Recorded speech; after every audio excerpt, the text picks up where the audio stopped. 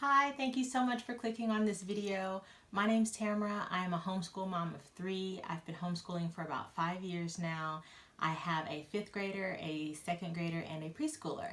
And I just thought it'd be fun to come on here and do a bit of a kind of homeschool insiders tag, some of the questions that you ask other homeschoolers when you meet them, or some questions that you wish you asked them when you met them, and just see how this kind of hopefully gets circulated around and we get some answers that we all kind of want to know. So getting started, first question is, what time does your homeschool day begin and end? For us, our homeschool day begins around 9:30, and usually we have several breaks during the day, but usually we're wrapping up somewhere around 3:30 or 4 o'clock on average, and that's Monday through Friday. Question number 2, how is your homeschool year or calendar scheduled or structured? So for us, we are homeschooling year round. We've been doing that for about 3 years now, where we will homeschool for 6 weeks and then take a break for 1 week. And we do that beginning a new grade in August, wrapping up that grade around the end of May, and then throughout the summer we'll have what we call Summer Bridge, or actually it's not what we call it, it's a workbook that we use called Summer Bridge, and that helps keep them sharp in the summer without it being really intense like a typical 9 to 4 school day. And yeah, that's really been working for us. I noticed in the early years when we took really long breaks, like something longer than 3 weeks, it was chaotic. My kids thrive on knowing what's coming next in the schedule, or what are we doing today, what are we doing today, what are we doing today, and I think too much free time for them is maddening, and it is for me as well. So it's nice to just keep it going year round. They know what to expect, and it works out really well because they don't really have you don't really have time to get burned out, because once you've been doing school for 6 weeks, you're ready for a break. So question number 3, what are your top 3 educator resources? So for me, one thing that I'm using almost every single day is education.com. I actually went ahead and purchased a membership. I think it's the lifetime membership or the premium membership, where you just pay once. And I thought that would be a good investment because I have 3 kids that have to go through the elementary school grades. So that's really been working out well for me in terms of just being able to go on and find a worksheet or an activity or an experiment that lines up with what I'm wanting to do with our curriculum. Or there's also an app that goes along with education.com that focuses on reading and writing and math as well. So just if there's some kind of slow day or someone's sick, I can, and just if my attention is divided for some reason, I can say, okay, hey, get on education.com, work on this particular math lesson, or review these reading skills. And it's kind of like having a sub because, as you know, as a homeschooler, there's no subs really. So it's kind of the closest I can get to having a sub and still feeling confident that they are learning something, that they're getting an opportunity to practice. Another resource that I really like are these, what your 2nd grader needs to know, or what your whatever grader needs to know. I actually have the entire set that goes from kindergarten up through 6th grade. I have all the books, but I didn't want to hold them all up. And these are really nice because they have all the subjects inside.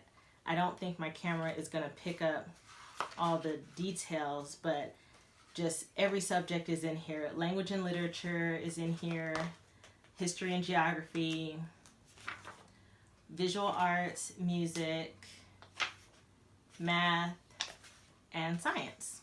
So it's really a nice book that has a good overview of all the subjects. It gives, I feel, appropriate level guidance on various topics for each grade level. And so I have that set of books. And then another top resource for me is just the library, because there's always going to be a book there that can just help you dive deeper into a subject that that my kids are interested in. So those are my top 3 educator resources. Question number 4, what are your top tips for record keeping? Okay, I know all these questions could be a video by themselves, and this one especially for me could be a video by itself, because I spent a lot of time developing my record keeping system that works for me. But I'll try to keep my answer really brief. Basically, my record keeping system revolves around spreadsheets, and I have a Mac and an iPhone, and so I am able to use the Numbers app on my phone to actually keep track of what we're doing in real time. So I can pull up my spreadsheet for attendance and hit the check mark and mark our attendance off for the day. I can go to my lesson plan, my year lesson plan, and plug in exactly what we're doing that particular day. If it's a field trip, if it's a documentary we've watched on Netflix or Hulu, if it's just a conversation we've had or a book that we've read, I can type that right into my spreadsheet on my phone and know that it's also linking up with the spreadsheet on my computer, which is also backed up to the cloud. And so I have, this redundancy, but it's also always with me, always right there in my hand with my phone. And it has been such an asset to my homeschool record keeping. Another thing that I use is, oh my gosh, it just went out of my head. My progress reports. What I did was, again, using a spreadsheet, I created a template for each grade and what classes we do. And I probably just need to make a video about this to share it with you, because I know me talking about it isn't giving you the visual. But along with just keeping track of any grading that I'm doing, I am also able to input comments about where I feel like they are, because that is one of the requirements for my state, is to create these progress reports and talk about where the student is academically. And just having those pre-made templates, like I said, and even some preloaded comments, because it's going to be pretty much they're doing excellent, they're doing good, they're average, they're a little bit below average, or needs improvement, something along those lines. Having all that pre-done makes it a lot easier when it comes time to actually put that progress report together for the school year or for the term that we're doing. So those are my tips. If you'd like to see a video where I go a bit more in detail, just leave me a comment and let me know, and I'd be happy to do that. Question number 5 is, where do you find inspiration for creative lesson plans? For me, that's going to be Pinterest. That's going to be other YouTube moms or YouTube families that I see that put up what they're doing, and probably my kids also, because they have some interesting ideas, and usually something that they're interested in can kind of tie in with something that is a requirement for them to learn anyway. And so they have some really good ideas about how they want to learn. So that would be my advice there. Question number 6, what advice would you give to prospective and new homeschool families? So this is a question I felt that I wasn't qualified to answer until very recently, when a woman from church connected me with another woman who was interested, and I invited her over to the house, showed her our homeschool setup, and we just talked for hours about homeschooling. And so again, that could be another video. In fact, all these questions really could be their own video. But one big piece of advice I would give is to keep asking questions. If you're not feeling satisfied or you feel lost with, I don't get it or I don't understand, keep asking questions. Keep talking to people who are doing it if you can. If you don't know anyone in your area, there's YouTube moms on Instagram. I'm saying YouTube moms. There's homeschool families on Instagram, on YouTube, on all types of social media that I personally, they love getting questions. I like getting questions. So if you have a question for me, I honestly feel better about answering a question than just giving overt advice. And so that would be my advice, is to keep asking questions. Question number 7. What is something that has surprised you about homeschooling? Like I said, I've been homeschooling for 5 years, and one of the things that surprised me was that it doesn't take a whole lot of time for a kid to get it. And I think what that comes from is just the one-on-one time that you can give to someone to explain a concept or to talk through something in a way that is interesting to them. And who knows that better than a parent?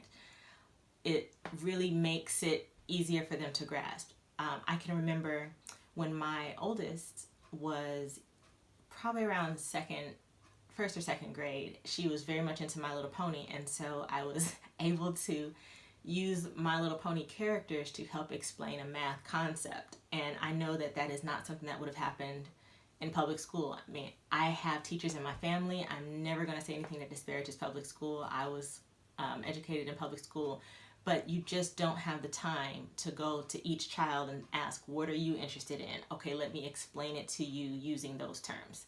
There's just no time to do that. So that's something that really surprised me, was that if I can speak my child's language, I can really help her get this concept a lot quicker than what I thought. So, now she's in the 5th grade, and there'll be a unit of math that she can do that in theory should take a week, but she will knock it out in a day because she just gets it. So that's something that has surprised me. Question number 8, in what ways have you been challenged while homeschooling? Now, I wrote these questions and I'm still having to take a moment to think, because one of the challenges for homeschooling, I think, is just maintaining the courage to continue, at least for me, because it's so easy to look around and see, everyone else is just not doing this. They're sending their kids to school. They're not having to stress about lesson planning. They're not having to, justify their education choices. And so that continues. It's not as much of a challenge for me now that I've built some community around homeschooling, but in the beginning it did feel like I was constantly the standard bearer for homeschooling in my social circle, and it felt like I was constantly having to justify it and prove to other people that it made just as much sense as to send your kid to any other type of school. So that was a challenge. It's still kind of a challenge, but I think as more people become accepting, as more people post on YouTube and share their experiences, it just becomes something that is more widely accepted as a positive way to educate your children. So I'm enjoying it. I'm not ready to give up on it or anything like that, but that would be one of the challenges, I'd say, is just continuing to find the courage to stick with it. Question number 9. How do you make the time for self-care, and what are your favorite self-care activities? This is a question I want to know from every single homeschool mom, because, and I'm saying mom, but I mean anyone who's homeschooling, because it is an all-encompassing job. It is from the time you wake up to the time you go to bed. It is, while you're sleeping, it's keeping you awake at night. It really is just, there's really no clock out moment sometimes. And so you have to really force the self-care. And I would love to know how other moms are making it happen. For me, this year, I have been more, what's the word I want to use? I've been less willing to compromise on my self-care. And one of the ways I do that is I have a lot of plants in my house. So in addition to being a homeschool mom, I'm a plant mom. And I find that very relaxing to take care of plants and to propagate them and watch them grow. I enjoy reading. I'm a really big fan of thrillers and mysteries. So if there's any Sherlock Holmes fans out there, let me know. I also really enjoy baking. I was recently gifted with a standing mixer and I haven't stopped. since I got it. So that's what I like to do. I'm also a huge fan of a face mask, a bath, wine, Netflix. So that's what I like to do. And then this last question it's a bonus. You do not have to answer this, but I felt like I just wanted to put it in there because it's a classic question. It's the question. It's what about socialization? We all get it, especially from the kind of pseudo concerned who are just like, oh, yeah, homeschooling, but homeschooling's great and all, but what about socialization? So it's a silly question. You don't have to answer. I just put it in there to round out this video. Me personally, I think that socialization is there's no way to not be socialized if you're leaving your house, if you're talking to people that are not just your family, you're socializing. So anything that fits under that umbrella is socializing. My daughters are also in Girl Scouts. We go to church every week. We go to the library at least every week, sometimes more than once a week. There's also programs at the library. We get out in our community and go to programs that the community is putting on for kids. So it's almost too much. I sometimes want to reel it back a little bit, but I know once my little man, once he gets older, there's going to be even more on the schedule. So socialization is happening. They're fine. I'm not fine. I need socialization, which is why I'm making this video. So I hope that you will socialize with me. Let me know if you like this tag. If you're doing this tag, let me know. And let's just continue to encourage each other because we're all in this together. And let's have a good time with it. So I hope you've enjoyed this tag. Thank you so much for watching to the end, and see you next time.